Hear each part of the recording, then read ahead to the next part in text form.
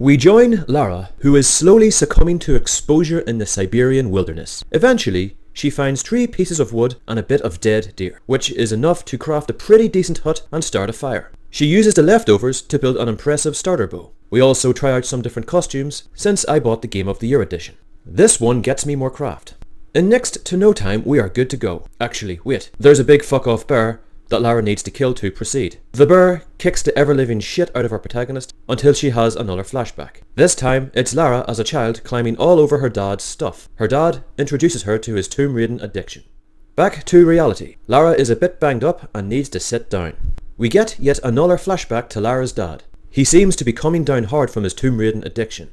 Lara wakes up to find some bodies hunting down the local hidden from society for centuries tribespeople. They are white and speak perfect English for some reason. The evil bastards also murder Lara's tent in cold blood. Lara responds by casually slipping into apex predator mode and killing them before they get a chance to realize what is actually going on. Not feeling that her bloodlust has been properly sated, Lara decides to go after Boss Bear once more. This time, she kills her and guts her for her hide. This might help craft some bullets or something, maybe, I don't know.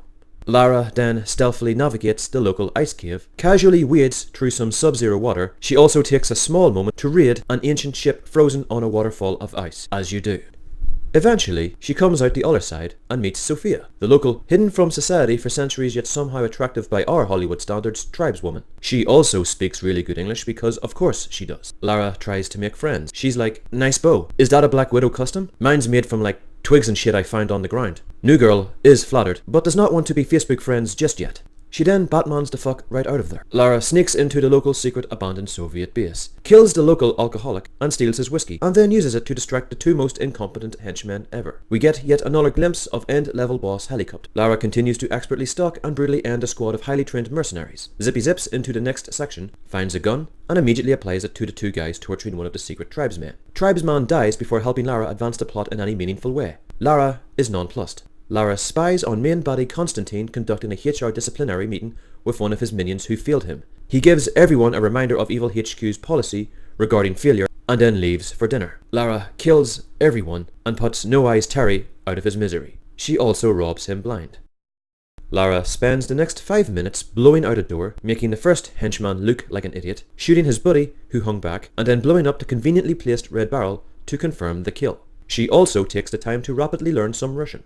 Lara meets the local wildlife. Lara kills the local wildlife. Lara also meets the local ticket scalper. Lara does not kill him because he sells hard to find equipment and has a lead on some tickets to that Adele concert that's sold out. Lara continues to murder her way to further spy on Constantine, who is having a cryptic conversation with some mysterious asshole that we probably will not see until the 7th game. Midlife crisis of the Tomb Raider. Lara spends so much time eavesdropping on potential material for her conspiracy wall and later games that she forgets that she is smack bang in the middle of a heavily guarded enemy territory. Lara eats a face full of tactical stock as a result. Lara wakes up to find herself being kept prisoner. They also have her stepmom as well, for reasons. Lara takes this as an opportunity to catch up, see what each other have been up to, and how their week has been.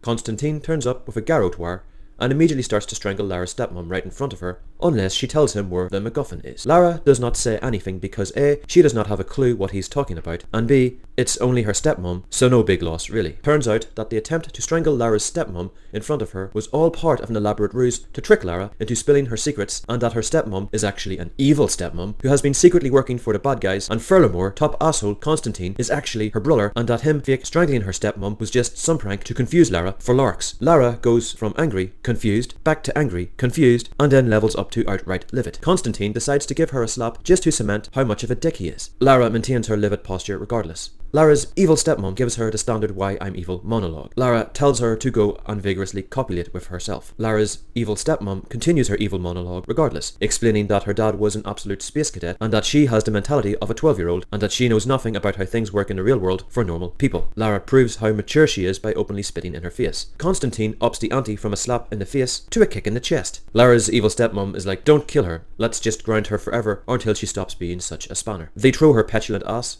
into prison.